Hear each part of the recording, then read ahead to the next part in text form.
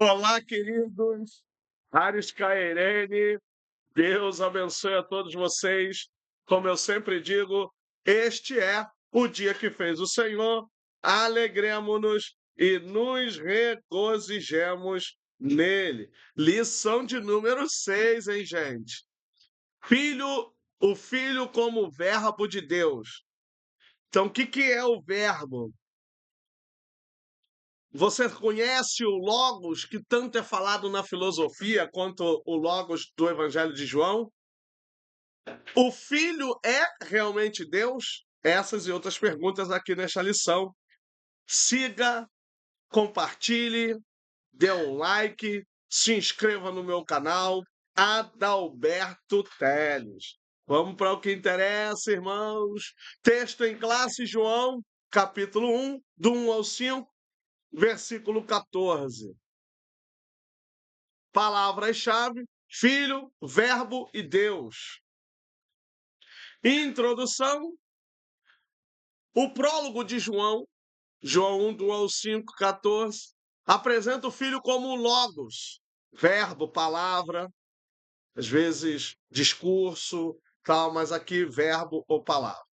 Que no princípio, ou seja, em arre, já existia. O verbo aqui é o verbo en, que está no imperfeito do verbo em mi, que significa haver, estar, ser, indicando existência contínua.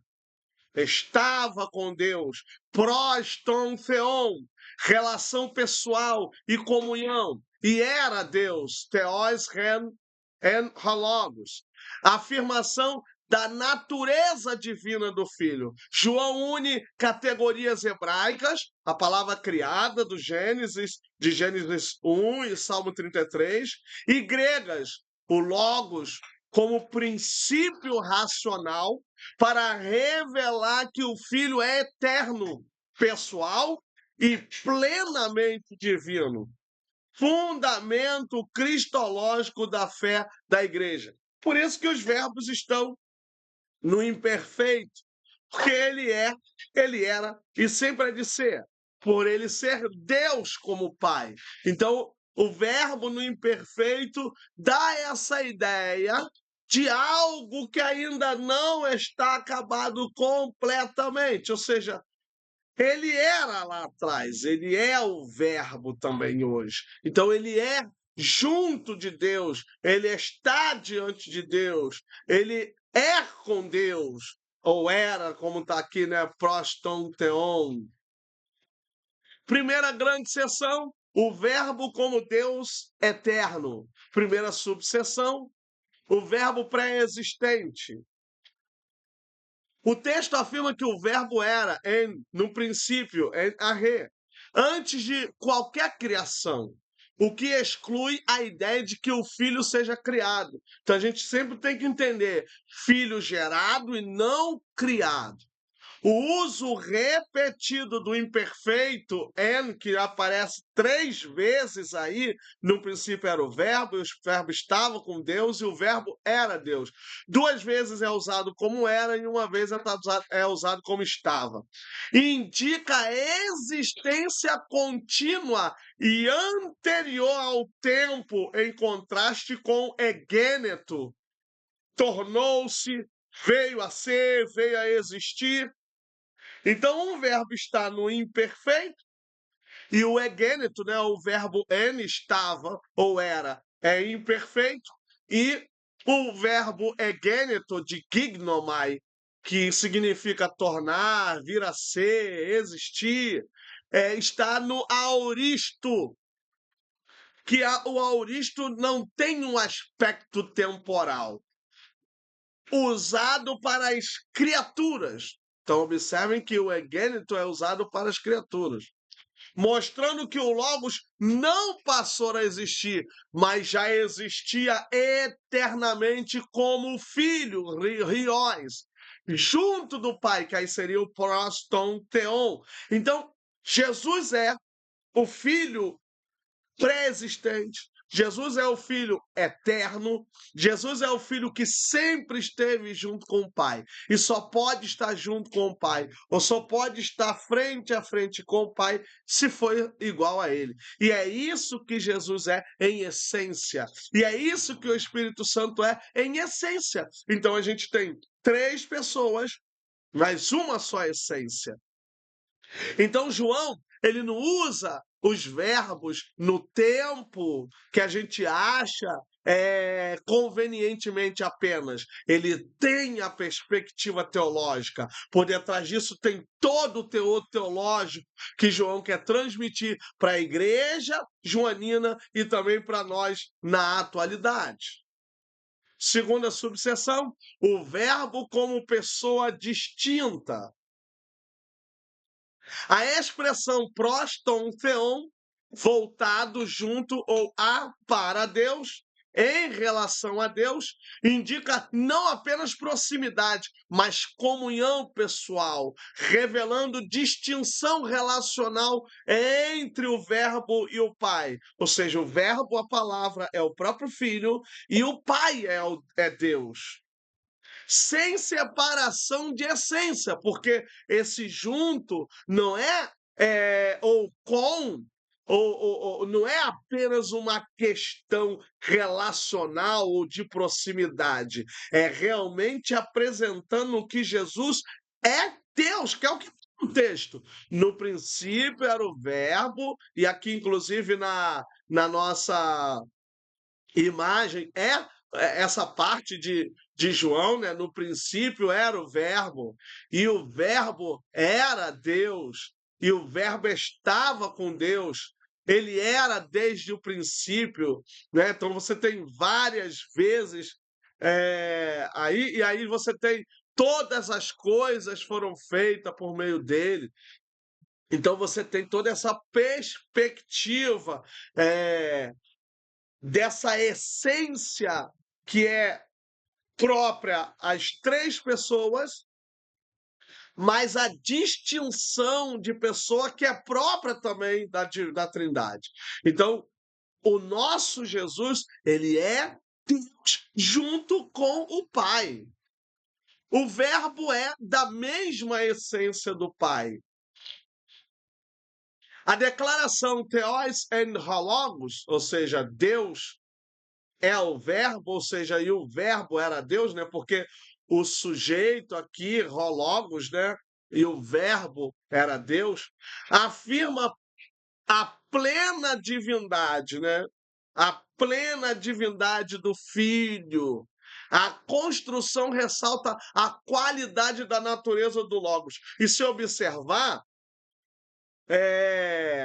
a gente vai ver que a palavra Deus também está no nominativo, e no nominativo, se você tem dois nominativos, um é predicado do sujeito, né? Então, Theos é predicativo do sujeito, o verbo era Deus.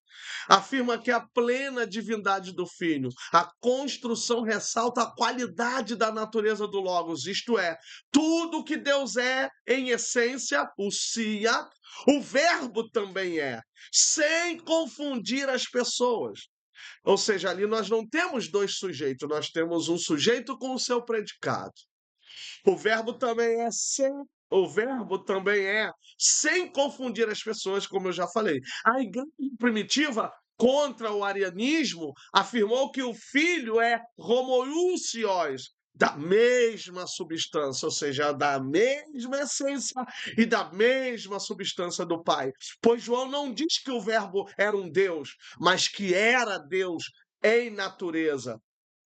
Nem sempre eu preciso traduzir o artigo antes de Theos, antes de Deus, e nem sempre eu tenho que colocar um artigo indefinido porque não tem artigo. Então, assim, no grego mais moderno, a gente tem a junção de palavras, né? A mistura no texto de palavras maiúsculas e minúsculas. Mas no grego bem mais tardio, bem mais antigo, você tem o texto todo maiúsculo ou você tem o texto todo minúsculo. Tanto é que aqui no próprio grego, que nós estamos vendo aqui na imagem, a palavra Deus está com letra minúscula. Então o maiúsculo ele é só colocado na primeira letra de cada frase. Entende? Então, e mesmo assim, nem toda, porque aqui eu estou vendo um ponto final no versículo 2 para o versículo 3 e inicia a palavra com o minúsculo, que esse seria o texto mais antigo no grego. Ou seja, ou tudo é minúsculo ou tudo é maiúsculo. Não tem essa junção, como no português, né, de escrever primeiro maiúsculo, depois minúsculo. Não, ou é tudo, ou toda palavra é maiúscula, ou toda palavra é minúscula. Então, a gente vai entender aí que o verbo não era um Deus. E nessa perspectiva, o Testemunho de Jeová comete grandes erros fazendo traduções erradas dentro desse versículo, botando Jesus aí o Logos como um Deus ou coisa parecida, mas Jesus era Deus em natureza, na sua essência, na sua substância. Segunda grande seção, o verbo como criador. Primeira subseção, o agente da criação. João afirma panta de autu e gêneto, ou seja, todas as coisas vieram a existir por meio dele, né? Panta é todas as coisas, está no neutro, então panta significa tudo, todas, e aí, como é neutro, todas as coisas, ou seja, tudo que foi criado veio a existir é, por meio dele. Por meio dele é a preposição ali de a, que está com a crase ali, que significa isso. Gente, desculpa, eu estou melhorando um pouquinho ainda do resfriado.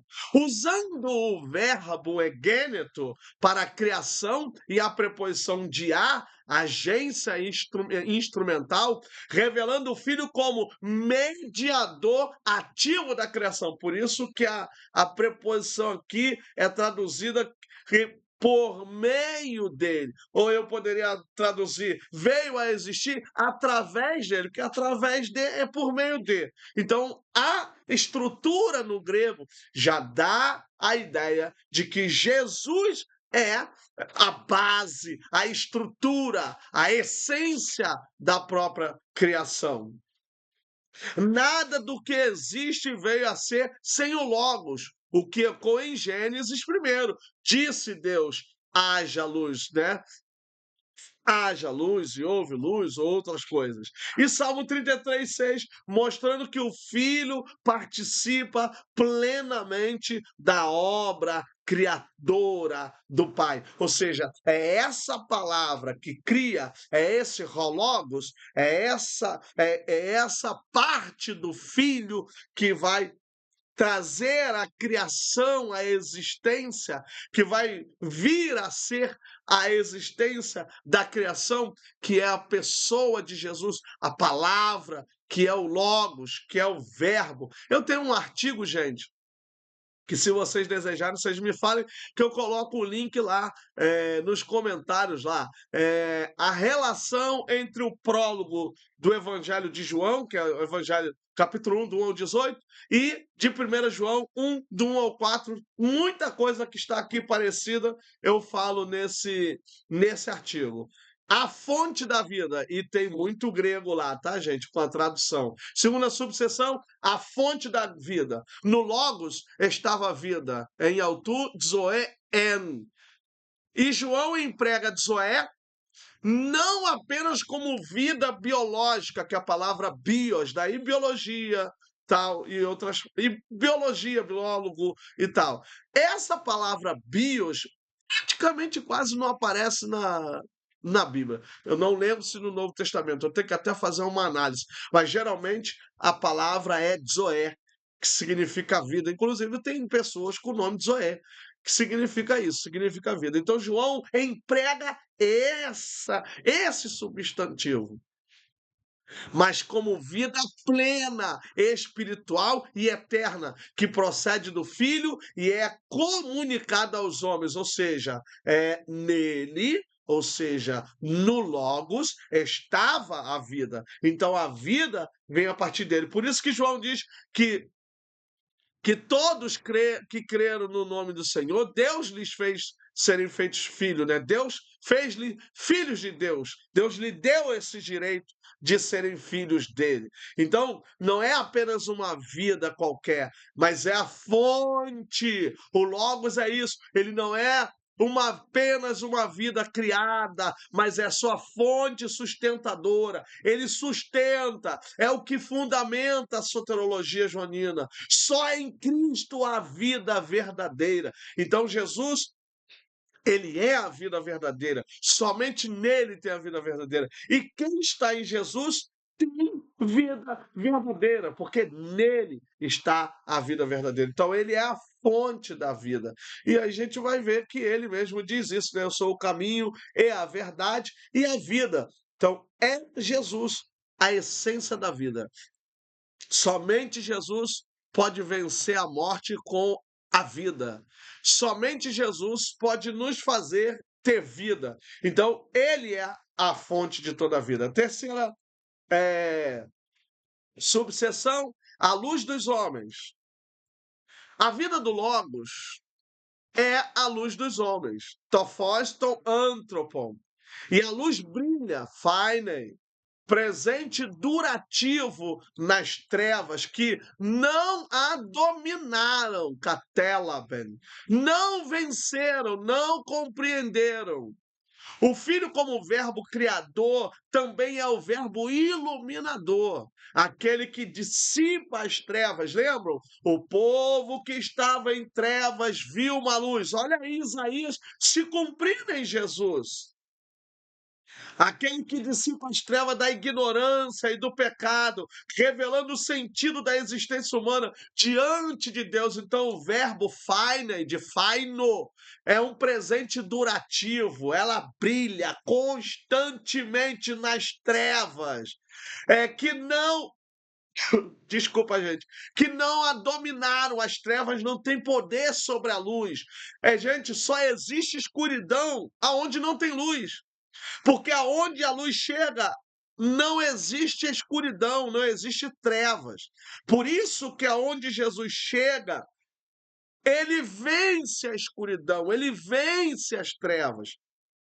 Então, esse é o Filho, que, como verbo criador, também é o verbo que ilumina, que é a lâmpada para os nossos pés, que é a luz para os nossos caminhos. Então, esse Deus que nós servimos, cujo nome é Jesus Cristo, ele tem a capacidade de tirar qualquer pessoa das trevas. Ele tem capacidade de arrancar a pessoa do mundo vil e fazer habitar em luz, fazer habitar em um santo monte. Então, queridos, a obra de Jesus, ela é uma obra que ela perpassa qualquer escuridão. E o interessante são os tempos verbais. Então, o autor bíblico, ele é muito sábio, né? Ele é muito inteligente. Quando ele usa o tempo verbal, quando ele usa o verbo correto, a palavra correta, então ele é a luz dos homens. Então Jesus é a luz dos homens. Vocês já pararam para pensar que o que realmente não ilumina é o sol, mas a luz que vem antes? Porque no princípio criou Deus os céus e a terra, e a gente vai ver lá o quê? E disse Deus, haja luz. Vaiomer Elohim. E rir, ó, vai rir, ó. E disse Deus, haja luz, e houve luz. A luz é a criação que vem antes de todas as coisas. Depois que vem os luminares, sol, lua e outras coisas mais. E Jesus, e aí, eu até queria fazer um artigo sobre isso, sobre esse tofós, que é a luz no grego, com or, que é a luz no hebraico, para poder fazer essa relação, porque no hebraico, Deus disse haja luz, e no grego, João disse, ele é a luz dos homens. ou seja, o verbo que está no começo, ou seja, o logos que está no princípio, também é o logos que está em João. O logos que está no princípio, que é a fonte da criação, é o logos também que trouxe à existência todas as coisas em João. O logos que está no Gênesis, que é a fonte da vida, também em João, ele é a fonte da vida. O logos que está em Gênesis, que é a luz, em João também ele é a luz e a luz dos homens. Esse é o nosso Deus, gente. Essas são as características de Jesus de Nazaré. Então, tudo isso vai trazer a existência, todas as coisas. Terceira e última seção, o verbo como revelação do Pai. Primeira subseção, a encarnação do verbo. O clímax cristológico está em hologos sax egêneto. O verbo se fez carne. A palavra carne aqui usada por João é sarx e não soma. Onde sarx indica a realidade plena da condição humana. E egêneto mostra que o Filho assumiu a humanidade sem deixar de ser o que era. Ou seja, você tem aqui a defesa da dupla natureza de Jesus, a humana e a divina. Então ele vem à existência, e aí a gente lembra da aula passada, ele vai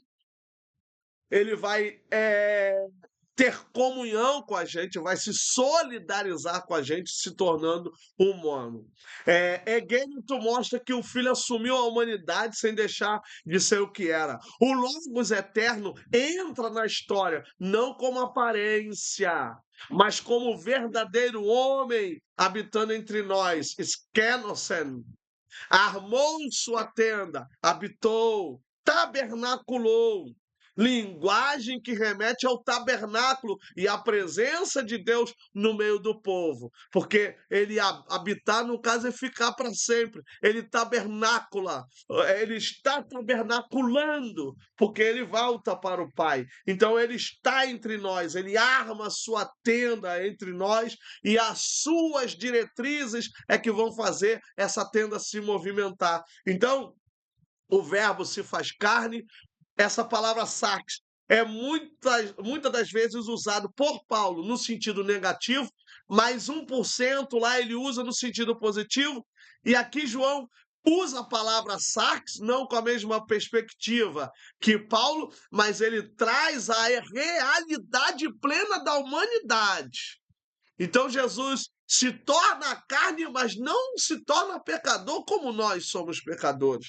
Então a gente vai vendo toda a realidade humana fazendo com que Jesus também se torne humano e se solidarize com a nossa situação. Segunda subseção, a plenitude da graça e da verdade. João declara que vimos a glória do Filho, cheio de graça e de verdade. Pleres, haritos, kai aletheias. Retomando o Êxodo 34:6, Hesed ve'emet. Verdade e amor, né? Graça, Hesed, que também pode ser traduzido como graça, mas Hesed, amor. Amor e verdade. Agora revelados plenamente em Cristo. Haris aponta para o favor salvador de Deus, o amor dele, né? E a leteia, para a revelação fiel e definitiva do caráter do Pai. O que significa a leteia? Verdade. Verdade no que sentido?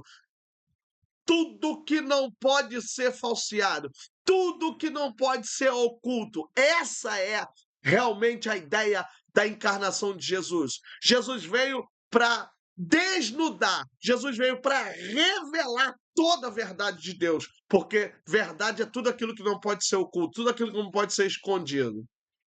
Mostrando que o Filho é a manifestação concreta desculpa, gente, da misericórdia e da fidelidade divinas. Ou seja, misericórdia também tem a ver com hesed.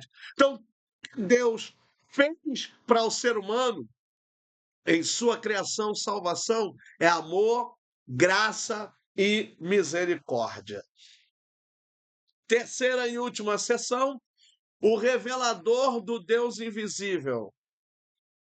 O prólogo culmina afirmando que ninguém jamais viu Deus, mas o unigênito, monogenes rios theos, que está no seio do Pai, o revelou, exegesator, de onde vem a palavra exegese. O Filho é o intérprete definitivo de Deus, ou seja, é o próprio Filho que interpreta de maneira perfeita quem é Deus, gente. Por isso que os fariseus, os saduceus, por isso que os doutores da lei não compreendiam, porque foi ele que trouxe o real significado do Antigo Testamento. Ele interpretou corretamente, mas ninguém entendeu. Então, ele é a verdadeira interpretação definitiva do Deus Pai. Aquele que torna visível o Deus invisível. Não apenas por palavras, mas por sua própria pessoa, vida, obras e cruz. Por isso que eu sempre digo, quando a gente vai celebrar a ceia, nós temos que sempre valorizar nascimento, vida, morte e ressurreição, porque só morre quem nasce, só ressuscita quem está morto. Então nós precisamos valorizar toda a obra redentora de Jesus. É todo o conjunto do que ele fez, desde o seu nascimento, desde o que foi profetizado antes dele. Então nós precisamos compreender o que Jesus realmente fez. E isso, gente, eu já falei uma vez aqui, só conheceremos Deus se não for por meio de Jesus. É só por meio de Jesus. E quanto mais a gente conhece Jesus, mais nós também sabemos quem nós somos. Conclusão: João apresenta o Filho como Logos, eterno, distinto do Pai e da mesma essência e substância divina. Agente da criação, fonte da vida e luz dos homens, que se fez carne para revelar plenamente o Deus invisível. Confessar que Jesus é o Verbo de Deus é reconhecer que nele Deus falou de forma definitiva à humanidade, chamando-nos à fé, pistelem, à vida, zoé, e a comunhão, coinonia com o Pai, por meio do Filho, no poder do Espírito Santo. Somente Jesus é o mediador entre Deus e os homens. Ninguém pode arrogar sobre si essa mediação senão Jesus Cristo. Ele é o único que leva o homem até Deus. Se não for por Jesus, ninguém vai até Deus. Não há essa ideia de que todo caminho leva a Deus. Quem leva a Deus é Jesus Cristo. É Ele e nele que nós temos que esperar e confiar. Acreditar veementemente em Sua palavra, em seu sacrifício vicário, acreditar constantemente que somente Jesus é o Senhor, que todo joelho vai se dobrar diante de Jesus. Guardem o nome de Jesus, firmem-se no nome de Jesus, porque é apenas Ele, somente Jesus, que é a garantia da nossa vida e comunhão com o Pai e com o Espírito Santo. Até a próxima aula. Deus abençoe. Rádio Skyrim, um abraço.